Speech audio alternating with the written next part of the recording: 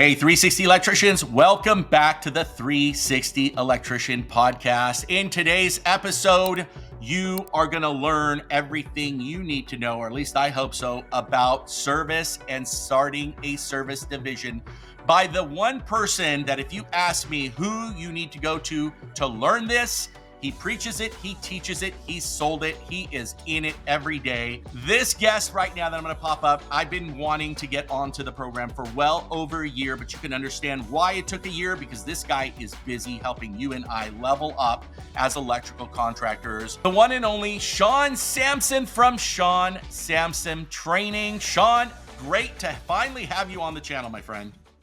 Great to be here, man. I'm looking forward to it. We've been trying to get this going for some time, right? Absolutely. Sean, if I had to, my genre is literally electricians becoming electrical contractors and electrical contractors to level up. It's a hard one because off screen, we just talked for a quick second.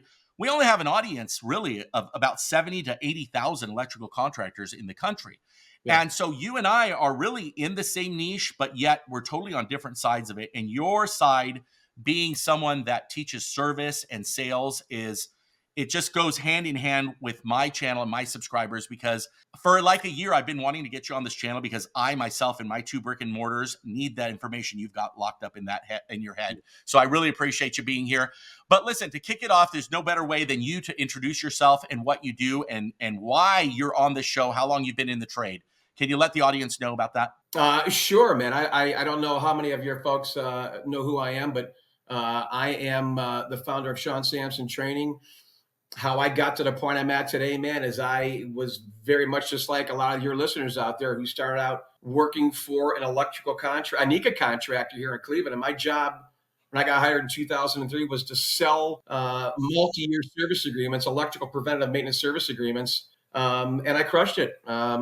Before I knew it, we were a contractor of the year. I had sold millions of dollars worth of multi-year service agreements and started doing that in 2003, 2007, started coaching and training electrical contractors and mechanical contractors around the world of how to sell service agreements. I stopped doing that in 2014, working for somebody else, and put together Sean Samson Training in 2014. And since then, we've worked with 300 contractors in 16 countries doing nothing but helping them scale their businesses, create higher valuation, and basically help them advance their service and maintenance side of their contractor. We're trying to get contractors to get away from the high risk, low margin and get into the high margin, low risk arena instead. And you'd think that would be an easy thing to do, but of course it's not. So. Well, it's not because they haven't met you yet. I think that's key number one. Man, you hit on like 5 points that just it's like steak and eggs for me right now. Expanding the business, the risk part. I mean, there's so many things that I talk about on my channel that really go hand in hand on that. We're a lot of times, like I say, that recessed lights, like how many electricians when they get into the business are installing recessed lights? I call that the oil change of our business, right? Anybody that knows the automotive business, like the oil change is cheap to get you in the door, right? But the problem is a lot of people, including myself, was guilty of it very in the beginning, but I learned that really fast is that's just a way to get in and then upsell, quote unquote, or expand, diversify, offer something different. Sure. And you're hitting it on a different level, which is not the residential because, if it's easy, everybody does it, right? I think if it's difficult, a lot less competition, higher value, higher dollar. Would you agree that what you're training and when we're going to talk about the services that you train on, that's what we're talking about. It's really leveling up the business, not only just to expand and diversify, but really the bottom line. Yes. Yeah, contractors don't have a reason to knock on doors, dude. Electrical contractors just don't go like your project manager is just not going to walk out the front door and go, "Hey, where are you going?" And say, "Well, I'm going to go knock on some doors and see if I can get some more business." Right. Nobody does that. No. Right. So we have to work with these contractors to let them know that they're a contracting organization second and a sales organization first. And that's really what they are. The last time I checked, 100% of their business comes from somebody else. And you have to understand that your entire company needs to understand what that niche is and what those things are that you do as a full service contractor. Because if you can't explain that to your own people inside, how are you supposed to explain that to suspects and prospects that you want to work with. So the objective here is just to get contractors, in the process and in that thinking of, you're a sales organization. How do I promote my business? Right. What's my sales process? What am I selling? What am I pushing? What are our company services? What are our company products and things like that? So yeah, man, that's really what we do. But really what we do, man, is we help contractors advance service and maintenance side of the business, show them how to sell multi-year service agreements. What does that do? I want to dive deep into that, and I know. So we briefly talked offline again, and for my thing, and you're such a great knowledge base for this. Is if I'm a contractor sitting out there right now, I should be saying, yeah, these guys are right. I'm just like everybody else. There's nothing that's defining me versus my competition. Maybe because they haven't. I always say we're great at the trade, we suck at business. Well, the biggest part of business is sell something. If you don't sell something, if you don't have a product to offer or sell, you're not a business. Everything starts from sales. I can get anybody to install. I can't get everybody to sell. You're exactly right. We just did that Emerge conference in Vegas in April for NICA, and I opened up the conference, and it was a really simple question, man. And you can imagine the kind of answers you get. So the first question is that, so just real quick, all you 200 people in the room, what makes your contracting business different? And you'll get everybody in the room go, we have the highest trained people. And then the next table you'll have, we have all brand new trucks. We have the best safety side to our business. We have all that is great, but you're supposed to have all that because you're electrical contracting. Yeah, shiny uniform. Right. So what makes you different is the way that you sell and the way that you connect with people. And those are the things that you have to think about in order to advance your contracting business, man. This is not your grandfather's contracting industry anymore, man. Yes, absolutely. This is a brand new way. And when I say brand new way, over the last 5 to 8 years of, you have no choice but to create a niche for your contracting business and connect with people in ways that you never even, in ways that your competition would never even think of, man.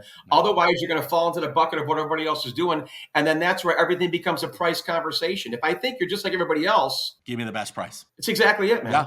Oh man, Sean. So it's funny because on my channel, you know what I tell everybody? Value, right? You don't have to be a better price, because some people don't value. Price is not what they value. It might be that you walk in and it's a spotless house. You put on that booties. I always tell everybody, and this is true, a hairline thin. You just have to be a hair's thickness. Give that much more value, and you get the sale, right? And so you're hitting on all cylinders for what people need to know out there, what electrical contractors need to know. So tell me, if again, I'm just starting out and I just met you, I'm super interested, as I'm sure everybody at this point should be. Mm-hmm. What are the steps? I know you got something that you're going to share with us. I'm going to give you the complete channel for a few minutes, as long as you need. Guide us through that. I'm a contractor. I just met you. I just got introduced to you. What are the steps that you would recommend that I do so that I can make myself different from the rest of the competition?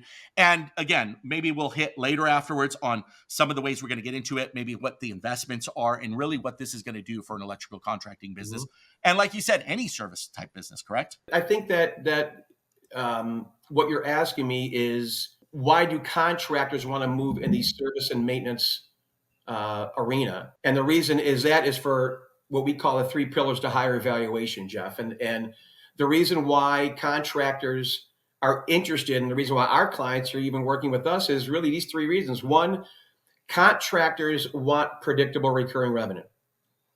There's never been an owner or a shareholder that I've ever met that said, nope, I'm good. Don't need predictable recurring revenue. We're good, man. We're really happy with these large projects, and we're really happy with all of this risk, and we're really nobody's ever happy with that. They may not share that with you, but nobody's ever happy about that. But everybody does want predictable recurring revenue, man. There's nobody on the planet that doesn't want to wake up or go to bed making money. 100%, right? Yeah, and the first point for that is, if you have that company value we were talking about, if you ever have an exit plan or you want to bring more evaluation to your company, that's probably the number one metric that somebody buying your company.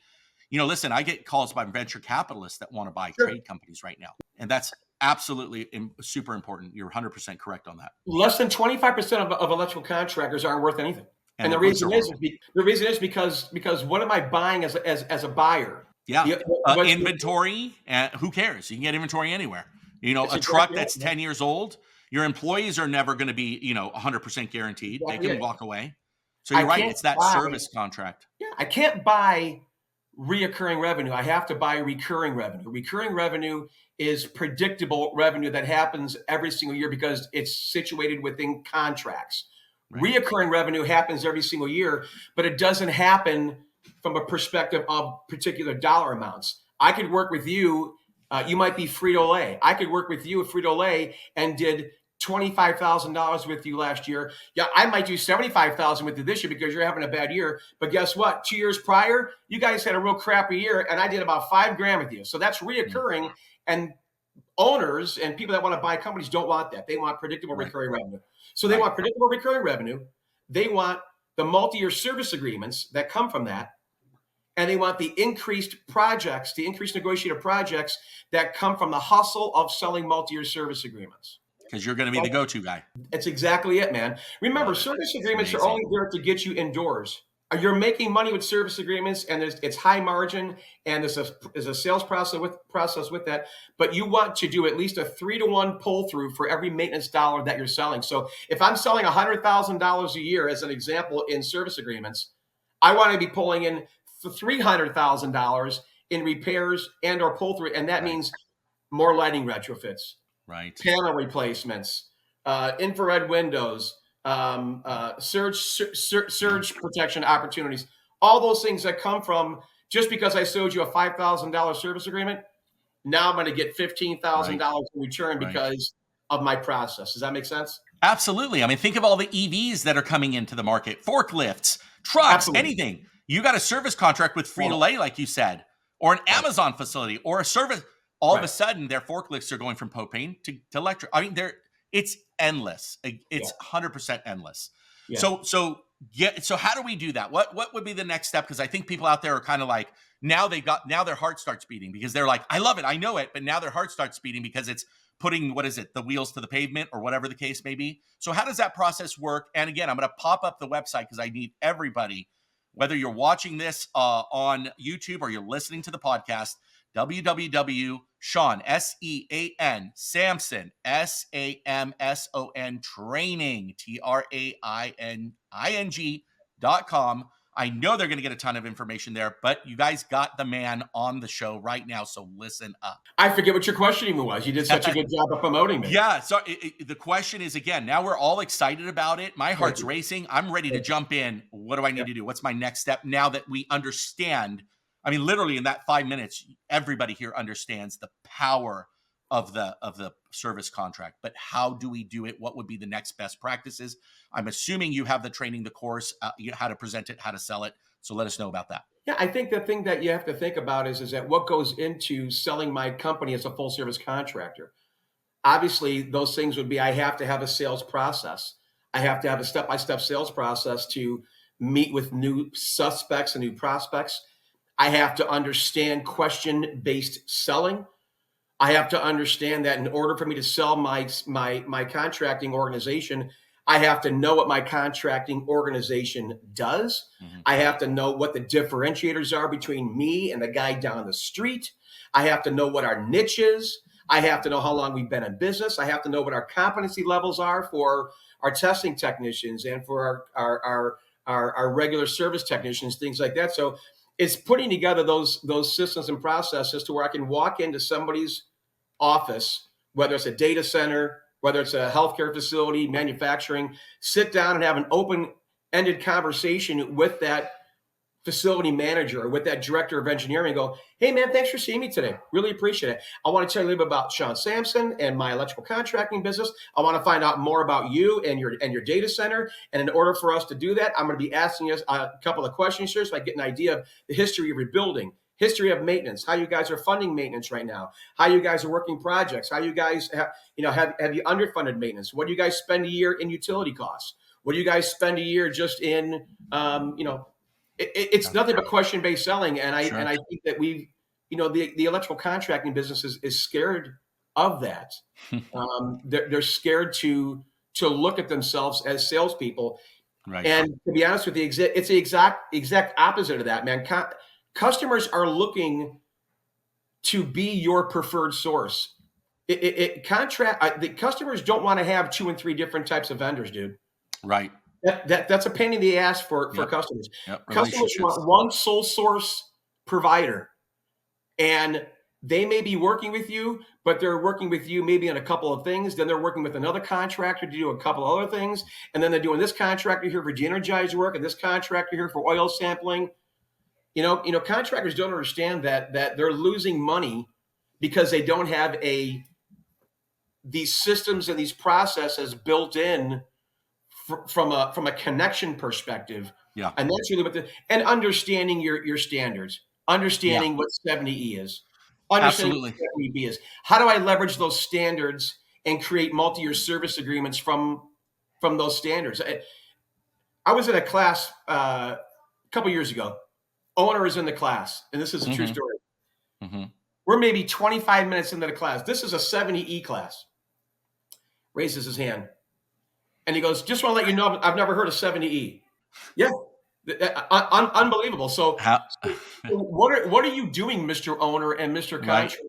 Are you living under a rock to where you don't understand what the industry is providing you and your electrical contracting business? I don't think they do. That's wacky to me, man. Yeah. Well, I don't think they do. I know you live in that world, but you're going to be shocked. Everybody here, if you just said 70E, 70B, yeah, they're going to be crickets going on because they don't understand. Again, safety, maintenance, all that stuff. And now, if I'm correct, some of this now is required by law, correct? Some of these standards, it's obviously OSHA standards that they put together. Correct me if I'm wrong, because again, it's not my specialty. It's an area that we want to definitely go into. We're going to be looking into for 2025, because remember, you can't survive on service calls for residential anymore. You can't afford it when a customer calls and says, my lights are flickering. You need to go and change a dimmer. That's left to the handyman. I'm sorry. Our truck roll rate, like to do anything, to touch anything right now, is $3.99 to $4.99. Yeah. Imagine you're just going to shoot yourself in the foot if that's the road you're still going to go down, because eventually those customers are going to get on Yelp and Google and everything else that I don't particularly base my business on the stars. You're going to get these 1-star ratings, rip off. Well, who cares? Let the other electrical contractors do that, because they're going to go out of business because they're not going to make money. This is where everybody needs to start coming into. So I put that packaging and selling the NFPA 70E, 70B compliancy. That's right from your website. That's what you do. Now, you said you brought some 7 points, something that you're going to share with the listeners today. Yeah, man. I just put down. I was on the plane the other day, and I knew we were going to have this podcast together, and I was excited about it. So I jotted down a couple of things, man, of why contractors continue to lose traction on the service and maintenance side, and I guess continue to lose traction just on their service divisions, and why they can't get to next levels, I guess, if that makes sense. Yeah. That's half my subscribers right now are their ears got even closer to the speaker. Go for it. That's all right, man. I think the first thing is that you have to understand that you're underselling your skill sets and your competencies of your service team. And when I mean underselling, which means you don't understand what your niche is. You haven't dialed in your niche yet. And that's the second one, is that not only are you underselling your skill sets, which means that everything's a price conversation. The second thing is that you haven't developed a niche for what it is that your company does, which is why most, probably 95% of electrical contractors always say that they always do the same exact thing as a guy down the street, as a guy down the street, as a guy down the street. Is because they've never taken the time to look at their products and their services and create a niche for those particular things that they're really good at. Everybody wants to be like everybody else. Everybody wants to do prefab. Everybody wants to do BIM. Everybody wants to do design build. Everybody wants to. I get all that. I'm not saying that you guys aren't making money with that.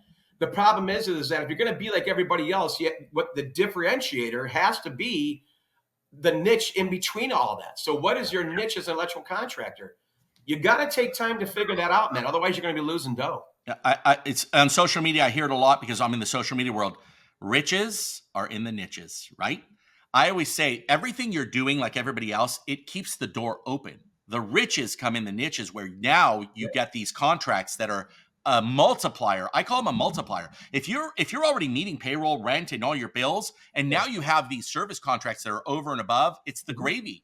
That's where I kind of, what I say is, that's where your vacation home comes in. That's when you're living the lifestyle of an electrical contractor. Like, I have a pretty good lifestyle, Sean. I'm going to be honest with you. I haven't been in the field in 14 years, and I don't hide it.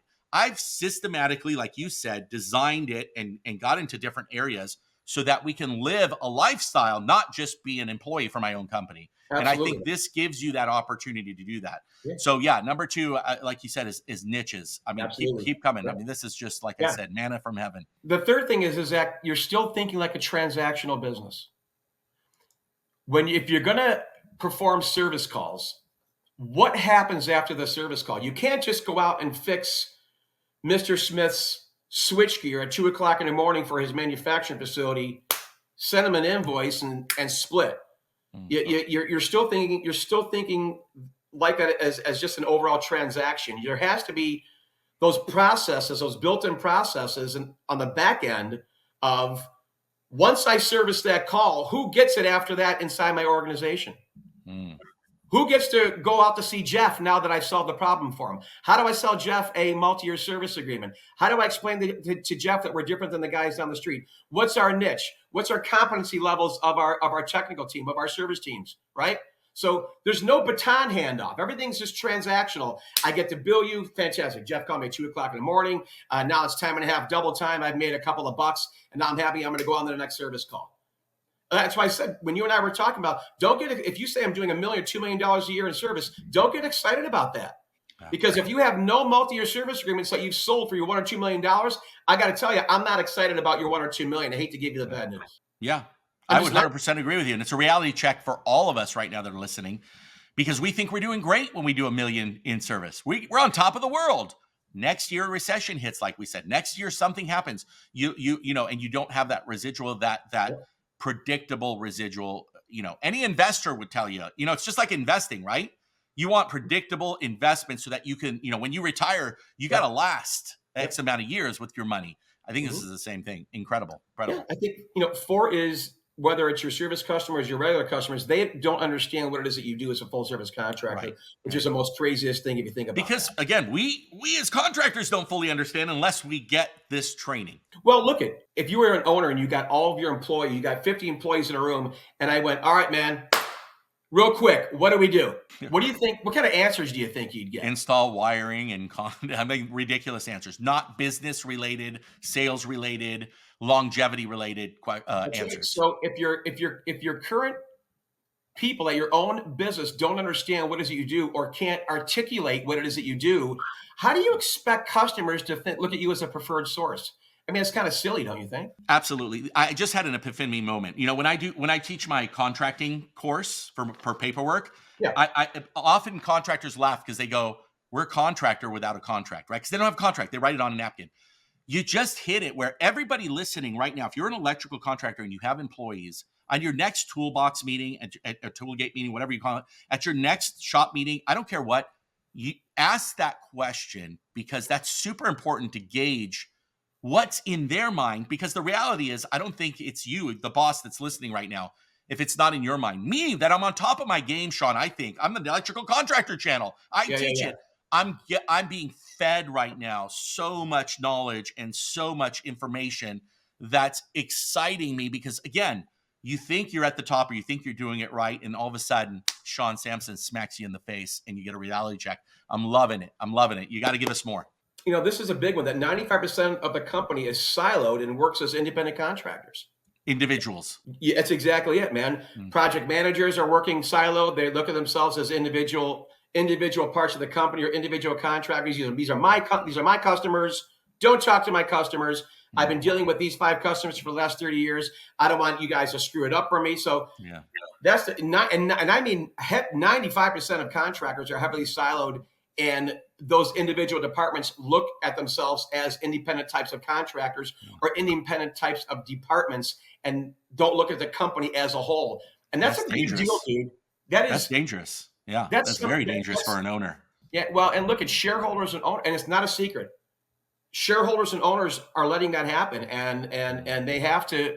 The only way to advance, the only way to get your customers an idea of what it is that you do, is you have to introduce your company to everybody in your company. And if everybody's not willing to do that, then it's going to be very difficult to grow and to advance as a businessman, especially when I have different people in my business that look at their customers as their customers and not the company's customer. Yeah. And what if you lose that employee? You're going to lose that whole customer base, right? And we don't want that to happen either. Integrate, mix, diversify. It's also in that level as well. I totally agree with you. And again, something that we don't think about on a day-to-day basis because the money's coming, we're busy, everything's good.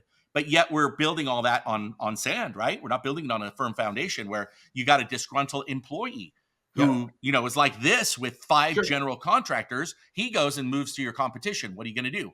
If you have signed contracts, not going to do anything. They're going to still stick with you, I'm assuming. So yeah, very cool. Very cool. Very good information for sure. I think the 6th one is what you and I talked about before we actually started getting on today, and that is for today's contractor to recognize that they're a sales organization first and a contracting organization second. And you're just I'm going to keep using the word advance. You're never going to advance or scale. Let's use that word for a quick second. You're never going to scale. And if people don't understand what scaling is, that's the majority of what we're doing with our clients first and foremost, so that we can get them to these particular levels, so that when they onboard new opportunities, they're not chasing their tails to figure out how to get things done, right? So, you're never going to scale in the direction that you want to scale in and advance unless you understand that you are a sales organization, man, and come to grips with that. And if I want to take away the word sales because you're not comfortable as a contractor, then use the word consult, because that's what you should be doing on a day in and day out basis, is looking at yourselves as a sales / consulting organization, not a contracting organization. You just can't do it, man. Times have changed, man.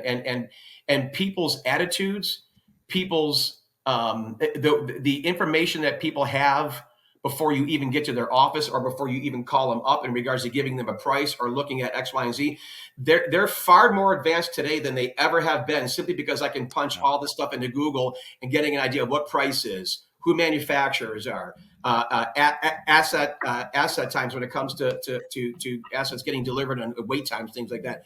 That's all accessible to me. So you have to look at yourself as a sales / consulting organization, man, and be a problem solver. Otherwise, you're going to be a contractor and you're going to get left behind, man. I hate to give you the bad news, Mr. Contractor, but you are, man. I 100% agree. The times are changing. I always say, for me and how I run my business, I always say it. This isn't your dad's and your grandfather's business. It's totally different. Right now, this is huge. I mean, I still have people that don't use service software, and I'm like, what are you doing in your, like, how are you ever going to scale, grow? And so you had mentioned that sales. I say that sales is a driver for everything anyway. I mean, if you don't sell anything, nobody works. If you have 10 people in the office, who's paying these people? The sales. So if you're not good at it, if you're listening to this or watching this and you're not great at sales, remember, I think I said it, we're all great at the trade, but we suck at business. And business, to me, number one is you better be a good seller. If you're not, there's great news. You can hire someone to do this, correct? Well, of course you can, but I think that most contractors and even people that are actually, more organizations that look at themselves as sales organizations don't understand the subject of sales. Mm-hmm. They don't understand the subject of question-based selling. They don't understand the process or processes that go into an actual sales process, right? Mm-hmm. Mm-hmm. So those are the things that, and then, my book, The 5 Reasons Why People Don't Buy, one of the big reasons that you have customers that don't buy is because you've delivered wrong price to them, which means that you didn't have a sales process. Mm-hmm. Contractors love delivering wrong price. That's what they do. They love going out and walking jobs and counting a lighting retrofit, as an example. Right. They love counting 150 lights and walking 300,000 square feet and delivering you a $450,000 lighting retrofit. Don't know that you don't have it budgeted. Don't know that you're the decision maker. I've given you $450,000. You guys only budgeted $100,000 or $50,000. So then you've given them the wrong price, and now I've log jammed my entire sale simply because I don't have a sales process in place. Yeah. So absolutely. Again, Sean Samson Training, somewhere where they can get that and sign up for that kind of stuff. Yes. Yeah, there's lots of information on there in regards to our upcoming master classes that we have. We've Hmm. just implemented our 2-day service and maintenance master classes, which focuses on 70E and 70B Hmm. and advancing service and maintenance. We have a webinar coming up December 5th. So if anybody on, that's watching us today Yep. would want to get on that December 5th webinar to talk about or listen to why should they have a master class at their organization or at their chapter, that would be a good webinar to get on, Hmm. because that's a great way for you, for your contracting organization to understand what is 70B, what's 70E, how do I write service agreements, what are the 5 reasons why people don't buy, what are the 6 steps of compliancy. Everybody's talking about what's compliancy. Well, there's 6 steps to being compliant. Sure. Yeah. Amazing information. You got number 7 for us? 7 is actually the best one. 7 is that leadership lets 1 through 6 happen. Yeah. Strong. That's the best Powerful. one. Yeah, yeah. You are your own worst enemy. If you're at the top, you are your own worst enemy. Yeah, how can I let all those things happen? So Yeah. that just means that if you're not managing it, Jeff, you're allowing it to happen. And I think Right. that most So true. businesses, even though they're making money, and even though they're seeing success, they're still losing money. And that's a tough thing to quantify and Right. to get through people's heads. Yeah. So Yeah. look, man, we're not here to change the world. We're here to work with folks that want to move in the direction of advancing service and maintenance, developing higher valuation and predictable recurring revenues. Mhm. That's what we do. And it's not for everybody, dude. Everybody, Yeah.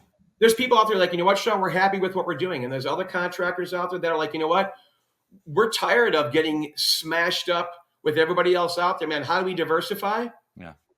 Perfect, Yeah. way to do it, Very cool. Okay, so Sean Samson Training for sure, because again, people need to understand the approach, the system. They need to know that. So again, you guys head over to the website for sure. Sean, let's move a little bit into, okay, now we get it. We know where to get the resources. Can we talk a little bit about what kind of investment we're talking about once we want to move to a service-based, department? As far as the training, the contracting, I always like to say equipment. I mean, obviously, I want to do a shameless plug if it's okay with you. Can I do a shameless plug? It's your show, man. So one of the reasons we signed up with Fluke and Fluke sponsors us right now is because I hope I'm pulling out the right meter. It's probably not, sometimes you might get into thermal imaging meters, right? We want to do maintenance. You got to get the equipment. It's almost, you got to pay to play too. You got to invest, right? This is not a free ride. So talk about the levels of maintenance just for a few seconds. I don't want you to give away the farm, obviously, but your basic, anybody can do, get their feet wet, small factories, small print shops, stuff like that. Do you have like a level based, or is it just your system is, you do this, you're covered A to Z? Is there different levels that people can get interested in, especially if you're a smaller company and you go, wow, this is something I want to do. And you can obviously scale your company fairly fast if you get into this niche. Well, let's talk about what what levels that 70B and 70E are talking about when it comes to maintenance, right? So we know that they mention infrared technology.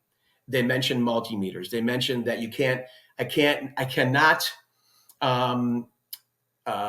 prolong my de-energized work for longer than 5 years. They talk about arc flash.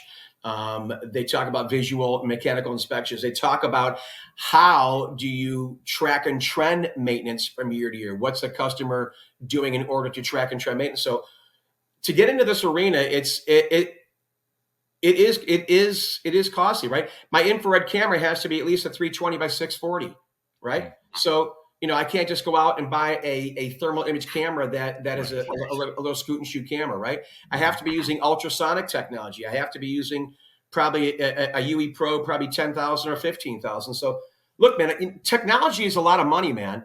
Yeah. So I'm going to say this to you in regards to getting into the arena of service and maintenance.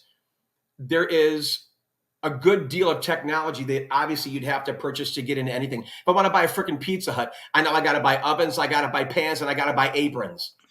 Just be an electrical contractor. I mean, think of the cost for startup if you're exactly serious about it. Right? Yeah. So at Emerge, I had a contractor say, "Well, look," he goes, "I want to go ahead and I want to do at least $2 million in new service work over the next 5 years. And he goes, so what's it going to cost me to get in? I said, well, right now it's costing you $2 million. Right. It's true. It's true, man. The information that you don't know and the things that you don't have, that's the biggest cost to you right now, Mr. Customer, Mr. Contractor, right? So you can't say that you want to sell $500,000 or $2 million or $5 million, because if you don't act on those things, and those are your markers, that's what it's costing you right now for not knowing. Yeah. I get a lot of people that say, I want to have 5 vans. Well, what are you doing to get the 5 vans? You know, where are you in the process and the thing? The funny part is too, you can also do this. You know, you start the training first. I mean, you got to invest a portion of your profits, because this is the multiplier. You're investing in it. And, you know, I've done it several times. It's funny. I used to be in a different business. It was the pager business. I'll just give you an example of how you can do this. And tell me if you agree, because I think you have way more knowledge. I was in the pager business in Las Vegas, Nevada in the 90s, and I was competing against giants. And I said to myself, I had no warehouse. I had nothing. I said, how am I going to sell pagers and become one of the biggest actually in Las Vegas? By the time pagers were peaking, I was it. I was the largest. I had 3 stores, everything. I started by putting pagers in a suitcase, wearing a nice suit, and door knocking. And I'd knock, and then I'd be like, hey, and I would sell for $1 less a month because I had to have an advantage. And people said, oh, I've never heard of this company. How have you never heard of this company? Like, we have hundreds of salesmen that go to the door. And like, they're thinking in their head, wow, this guy came to my door, my business. Yeah. I started getting contracts. By the way, I still didn't have money for my warehouse. I still didn't have my shop. I still didn't have money for advertising. I still didn't have it. But if you get the training and you know where to start, then you do the hard work. As soon as you get your first X amount, there's half your tools probably. There's half your equipment. Or you simply approach it as, look, we're getting close to 2025. Hey, Mr. Client, by the way, we're 360 Electric, and we are, this is what we're doing. Our program starts in 2025. We're signing up clients in 2025. If you get the down payment and the deposit, and you get that from 4 or 5 people, I'm sure you just financed your whole your department, correct? Is that some way that could happen? Yeah, there's certainly a way to quantify regards to ROI and payback. One is to follow the systems and the processes that we've developed. Because if you defer from those or you tweak things, I always say you can tweak whatever you want, but don't change anything. So make it fit into your peg round hole, but make sure it's the same. You know, I understand that's exactly it, man. Yeah. But look, it's a lot of training. It's a lot of getting involved, and it's a lot of understanding what that vision looks like for your business, man. It's again, Jeff, it's not for everybody. Not everybody wants to diversify. Not everybody wants to go after the lower type of project work and or maintenance. They'd rather do the $50 million, the $100 million projects, and that's cool, man. I mean, look, I often argue the opposite for everybody. So now let's get the juices flowing again. What kind of clients? When you get into this, what are the kind of clients that you're really going to look for? I'm in Missoula, Montana, and Los Angeles, California. So I often say I'm in the biggest state in the country with the most amount of work. And believe it or not, 110,000 in the whole Bitterroot, Missoula area. We're busier than could be. We dominate service here too. But we do have a lot of factories here. We have woodworking. We have manufacturing. Tell me just really quick, our audience, hey, if you get into this is the type of clients you're going to be looking for. Yeah, sure. There's when you're talking about the right verticals for selling service and maintenance, and what makes sense for people, right? The top 3 verticals for selling service and maintenance are manufacturing, healthcare, and distribution. Those are the people that have the highest need and the biggest loss in the event that they have a business interruption in power and or life safety. Does that make sense? Yeah, absolutely. So hold on. Sorry, give me the 3. You said healthcare, manufacturing. Manufacturing and distribution. Okay, so anybody listening to me, because again, I'm giving you my information from Missoula, which is one of the smallest cities, right? Where we have tons of healthcare here, and that's very interesting. Tons of healthcare. We do have distribution, and we have. So if I have it here, you're gonna have it everywhere, especially the hospitals and the healthcare. Absolutely. And then in between that, I know we're talking about, downtime, machines, bearings, failures, burning up anything. What is it in healthcare? Because that's interesting to me, and I think a lot of people. What are we maintaining in healthcare? Just again, switchboards, gear, equipment. Can you even do thermal imaging on critical receptacles? All three of those verticals are all using the same type of assets. Everybody has switchgear. Everybody has drives, everybody has motors, but the approach is different, Jeff, right? So if I look at manufacturing is worried about downtime and business interruption and people standing around and not being able to get their widgets out, right? Right. Great. So what is healthcare looking at? Healthcare is looking at life safety. How the hell do I get 1,250 beds out of the hospital in the event that there's electrical fire? How the hell do I get switchgear? How the hell do I get drives, motors? And let me ask you this question. How long does it take to get a section of switchgear right now if it fails? For 40 weeks, 20 to 40 weeks. Okay, so all I do is quantify that with business Right. and our life safety. Yeah. Very, very simple stuff. You're right. I mean, listen, we do tons of apartment buildings in Los Angeles, California that are still rolling with Zinsco panels. These are 30, 40, 50 unit buildings. I've told these owners, because I do the maintenance I do the property management electrical for them. You wouldn't believe how many years I've hammered into them. You don't understand. The day this goes bad, you're putting up 20 people in a hotel, and trust me, your insurance is going to run out. So there are selling points. I'm sure this goes into that process of talking to clients and evaluating the loss prevention versus the preventive maintenance, getting this done in certain times. Companies like Chubb, FM Global, Hartford Steam Boiler, they all have reduced either premiums and or deductibles for their clients who put together electrical preventative maintenance programs because they're less of a risk for that for that insurance company. Another huge selling point. Absolutely. 100%. Amazing. So much to dive into. Again, if they're listening out there, the first step, Sean Samson Training.com. I'm going to put it back up here, Sean. Is there anything else that we needed to cover that we didn't cover? I know there's so much information here. Was there anything else that we wanted to cover? Because I want to take 2 seconds as well in closing, just to talk about their next step that as far as you and I are concerned. There's a couple of things that I would love to do. I would love for you to come back to the channel or even think about maybe just a quick sheet, something that we can offer our clients that say, hey, listen, these are the steps, fill out the form, get them over to Sean Samson and start having him get you involved. In fact, I'm sure you have an email list that they can join to do that. But I definitely want my channel to get this information into their hands. So listen, they're not ready now, but as long as they're thinking about it and they're going to realize as times are changing, and you and I are talking about, look, I've got Northrop Grumman and Berkshire Hathaway investing billions of dollars in Great Falls. Okay. That infrastructure, those factories, those facilities are all going to need an electrician to fill the spots that we're talking about. And if we're already down in the trades, right? We're already looking for tradesmen. We're already losing contractors. I forgot the number. I should get it. For every 10 electrical contractors we're losing, I think one is filling that spot. So it's almost worse than getting the people into the trade. Yeah. So this is going to be an area that I think is going to explode. I'm sure you have numbers that you can also share. This is going to be a multi-billion-dollar industry within the next 10 years, I'm assuming. Because remember, mom and pop is disappearing. Data centers, Walmart, Amazon facilities, Temu, I don't care what it is increasing. And if you're not getting into that niche, I think you're going to be losing.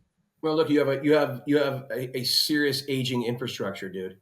And if contractors don't recognize the average age of an electrical distribution system is between 25 and 35 years old. Yeah. Look at the age of our infrastructure now. So this is a great time for contractors to start looking at the shifts in their business and how they want to diversify and how they want to advance service and maintenance, especially for the folks who want to create higher valuation and get the hell out, man. Yeah. There's not an owner. I'm an owner. You're an owner. And if there's an owner on the face of the planet that says he wants to stay forever, the answer to that is that they're lying to you. Right. So all owners want to figure out, how do I put together the right business moves, create a higher valuation, and have some type of exit strategy? Yes. And the answer to that is to put together a business model that provides you with predictable recurring revenue. Service and maintenance is the only thing that's going to do that, man. Project work and the real large projects you've been in, that is not going to do that. The only thing that's going to create higher valuation for you is multi-year service agreements that give you predictable recurring revenue. Which is why HVAC is so, why they sell for millions, because of that. Sean, I don't want to take up a ton of time because we can go for another hour, but I tell you what, I want you to do me one big favor. This thing's going to post on our YouTube channel. If you guys have questions, reach out to Sean, obviously directly, but also type in your questions into the description of whatever platform you're watching this on, especially if you're watching it on the YouTube podcast channel. Sean, time to time, and I'll remind you, get in there and answer those questions. You don't have to be logged in. You could just do it as a if you've got a specific question for Sean, you can even ask it here, because I don't want Sean to miss it, and I don't want you to miss this. This podcast wasn't for me, although I'll be honest with you, I was pretty selfish. I did a lot of it for me. I get to get the information. It really is for you guys, the people that are listening right here, another avenue, a channel that I personally couldn't get you into. We got Sean Samson here to do it. Sean, I really, really appreciate you. One other complaint is you always look better than me. So if you can next time, maybe mess up your hair or do something like that. But that's about it. I love the ride that you're on. I love what you're doing, and we cannot wait to get more of it. They're going to find out about that webinar on your website as well. Yeah, as soon as you log on, it talks about December 5th masterclass webinar, man. People need to get on it, man. It's going to be 30 minutes. You can ask a ton of questions, but you got to understand what these standards do for your business, man. Very cool. I'm going to clip that out. I'm going to get it. It'll be in the links down below. Make sure you go see Sean. Sean, I appreciate you, brother. Thanks, dude. Will you come back if we invite you? Yeah, but we should be doing it on an island someplace with some umbrella drinks and not. I like that. I like that. So I better get back on coaching, and you better get back on training, and we can make that happen. You bet. All right, friend. Thank you so much for being on it. Ladies and gentlemen, that is the 360 Electrician podcast with the one and only Sean Samson. People that are going to help you level up in the trade to be a better electrical contractor, to diversify, put food on the table, and now better ways to have an exit strategy so that generational wealth can continue and you can pass it on. If you guys appreciated this, please let us know in the comments below. Make sure you subscribe, follow. We're on Instagram, TikTok, and our main channel on YouTube. And don't forget, of course, to go see Sean at SeanSamsonTraining.com and get leveled up. We appreciate you. We'll see you on the next one.